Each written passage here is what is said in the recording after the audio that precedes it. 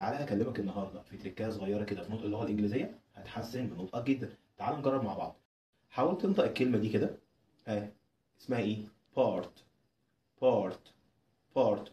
ممتاز. طب تعال نجرب الكلمه اللي بعديها كده. ها. نعم. لا لا لا، مش صح. ما ينفعش اقول عليها partial. partial. partial.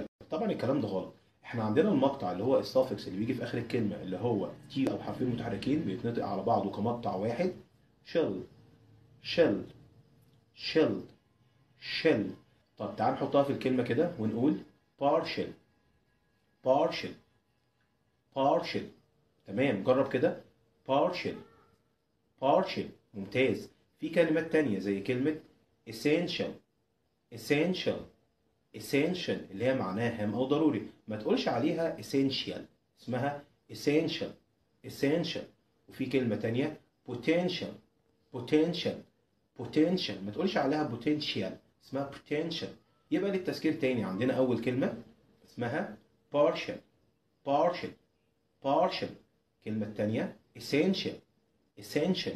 والكلمة التالتة potential. potential. يا رب تكون استفدت من الفيديو. لو استفدت اعمل لايك، ما تنساش تعمل شير عشان الكل يستفيد.